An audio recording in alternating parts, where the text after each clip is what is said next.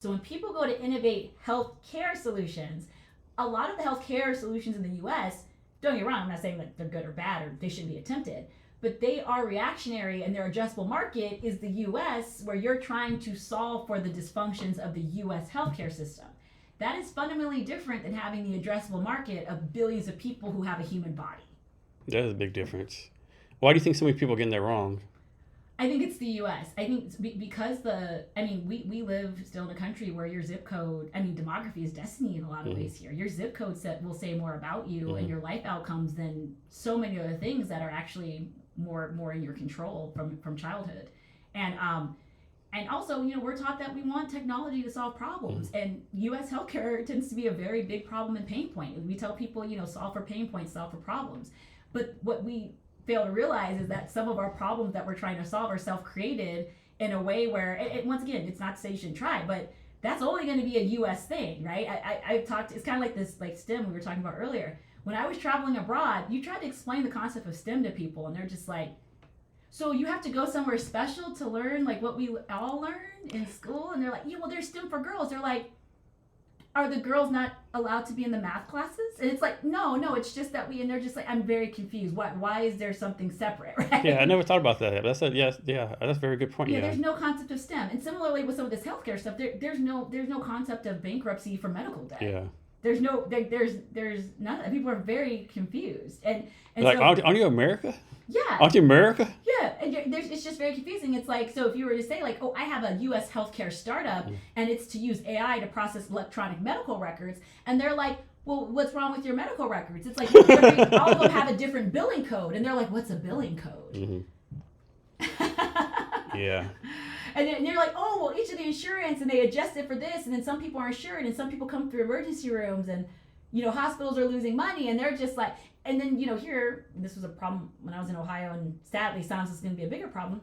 We have rural healthcare deserts where hospitals are closing in rural areas, and people, even pregnant women, have to be life flighted when they go into labor. You try to explain that to somebody in Greece or Germany or something. I've tried. They're just like, you have to call a helicopter because there wasn't enough money from the patients. So those people just don't get help. They're like, what if someone has a heart attack in the ambulance and you're just like... Or they're like, damn, America's so rich, you can helicopter everyone to have a baby? Yeah, exactly. Well, that's the other thing. So that's why I make that distinction, because like within the VC addressable market, right? Addressable market for U.S. healthcare is who is subject to the U.S. healthcare system. Addressable market for health and life sciences is people with a human body and whatever condition or medicate, whatever you're trying to solve for. All right, so I'm asking you the next question, but I have to go to the bathroom. So I think it's a good question. So talk about what type of founders y'all are looking for. Ooh, good question. So kind of founders we're looking for. I guess we should start with our approach on how we think about future and deep tech. So if you are somebody who is working on something where some of these frontier technologies are going to make things, and things can be different things, faster, cheaper, better, or possible, using quantum-enabled solutions, using next-gen data center approaches, using different types of compute or intelligence architectures, those tend to be the kind of founders that we're looking for. So the goal isn't to be like, oh, you're working on something, let's throw some quantum into it. I will say that said, like our baseline and in working with us, a differentiator and a perk for you is that we're going to make sure that you are quantum secure. We're going to make sure that you can't be a part of that harvest now, decrypt later sort of situation that's on the horizon for Q-Day. To us, that's just security and table stakes around your readiness. But we've talked to folks across space tech, as we talked about a little bit earlier, folks who are working on things with materials, folks who are working in the biotech space, folks who are working on different types of sensors, and then even folks who are working like right now within AI.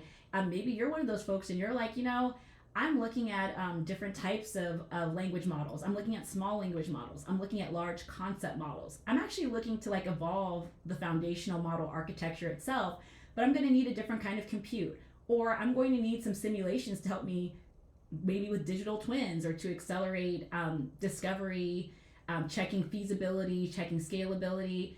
Those are the kind of founders you want to work with. Not just from the funding side for our cohort, but also from the design partnership side and what we do in the studio. So when I think about, people say, what's the difference between a venture studio and an accelerator incubator besides the fact that, you have a cohort and then you do all this other cool future tech stuff. Well, the cool future tech stuff is things like pilot as a service, case study as a service. We also offer rapid prototyping. We would love to talk to founders who can assist us with contributing to those. There are a lot of corporations and institutions who, they're not startups, they're not investors, but they want new revenue streams. They want to see cost savings. And this is where our studio comes in with kind of this R&D as a service approach. So whether you are a founder and you're working on something that, you might want to have some venture studio funding behind and be considered as part of our cohort, or you're a founder with a solution that is forward thinking, but you're looking to be a part of an engine that can get you in touch with clients and potential prospects who might want to use your solution for cost savings, revenue generation, or even just like checking their roadmap to make sure it's a little more future proof. We're looking for founders who are both and. So cohort candidates as well as potential design partners, please get in touch with us. So are you like just US based or across the world?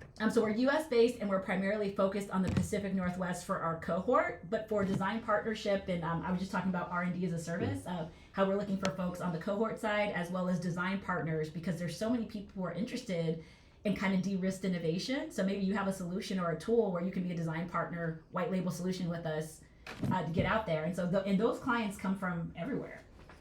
And so how do you define like early stage readiness for a founder? That kind of depends on the technology and I guess kind of like what we're looking to collaborate. So for example, I just mentioned like there might be some folks on the cohort side, there might be people who might be good design partners for us in future tech. So for example, if you're idea stage, and we're talking to some folks like that, right? So you're not going to be, design partner eligible. Why? Because you don't have anything to design with in partnership with us to go out there with clients and all that, prototype, case study. So we would look at you as a potential candidate for our cohort, right? But if you are somebody who like, hey, I'm actually already Series A, and I don't necessarily have any more room on my cap table, but I would love to come up with a white label solution that's quantum enabled with you. I would love to maybe explore a revenue share. I would love to maybe see how we can work together on like a referral basis, because we're out here doing all this go-to-market anyway. And we would love to be able to open up the top of the funnel for more deep tech and frontier tech companies. So there's different ways that we can collaborate. I want to emphasize that because some people are just like, oh man, it looks like, I'm not a fit with quantum. I'm not a fit on frontier tech. I'm not a fit for the cohort because I'm Series B or I'm Series A or I'm already a company. That does not mean that there isn't a whole world of people out there who want to try your technology in the de-risked innovation situation that we can help structure and kind of like this next gen advisory approach. And how many companies are you trying to have in the cohort? We're looking to target 3 to 5. 3 to 5, that's pretty small though, right? Yeah, it's pretty small, but remember it's deep tech, so it can be a bit capital intensive. Yeah, that's true. And it's gonna be like an in-person thing or?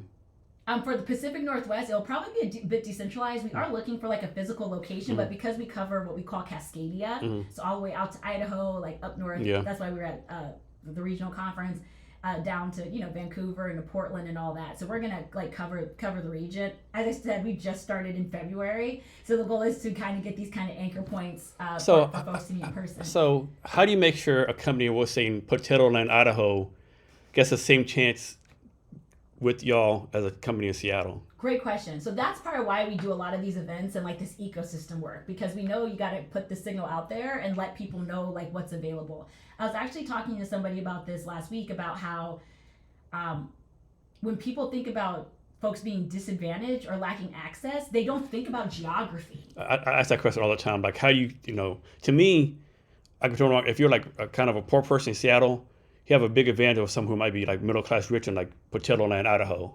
Yeah, and that's partially why. I'll give you like a practical example of this, right?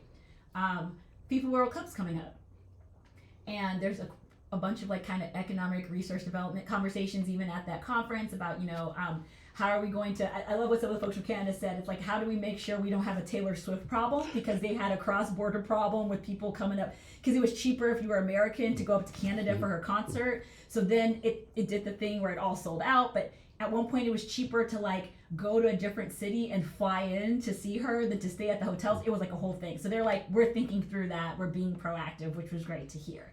Now we're over here looking at this because we're like, oh, this is interesting. FIFA is doing this fan zone model. So there'll be Seattle, but there'll also be Everett, there'll be Bellingham, there'll be Tri-Cities, there'll be Spokane. And so we kind of looked at that map regionally to say like, hey, this is kind of a good framework to think of like, are there family offices out there?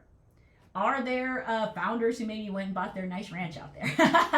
Right? Are there, like, who are the people out there that could kind of be anchor points? I went to Flywheel and I spoke at their conference this year, and they're part in Angel Investor Group in Wenatchee, right? And I made some great connections there, and I'm excited to follow up with those folks now that I have something to follow up with them with, like here in the last couple weeks. But that's kind of how we're looking to, because you know it's hard to participate in something you doesn't know exists. So some people are like, why are you like me? I'm on here with you. I'm doing these keynotes. I'm in Chicago, right? I'm on with the folks in Africa Friday. Like, why?